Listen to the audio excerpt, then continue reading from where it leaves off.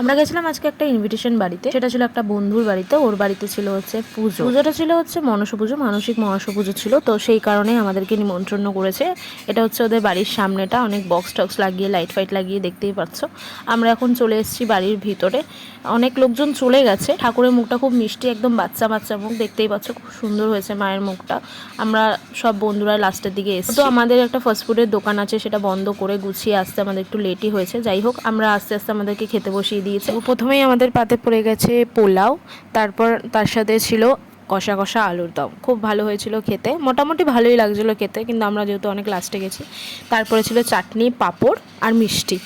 যাই হোক, এই ছিল পুজোর খাওয়া দাওয়া। তো এখানে আমরা সবাই বসে খাওয়া দাওয়া করছি।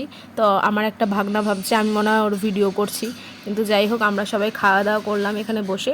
এবার খাওয়া দাওয়ার পরে একটু তো ইয়ার্কি ফাজলামি হয়, যেহেতু আমি বসে বসে পাঁপড় খাচ্ছিলাম, তাই আমার সাথে সাথে ওরা সবাই বসেছিল। আমাদের এখন খাওয়া দাওয়া কমপ্লিট, বাড়ি যাওয়ার পালা। এই ছোট্ট ভিডিওটা যদি ভালো লাগে থাকে, অবশ্যই লাইক, শেয়ার, সাবস্ক্রাইব, ফলো করতে কিন্তু একদম ভুলবে না।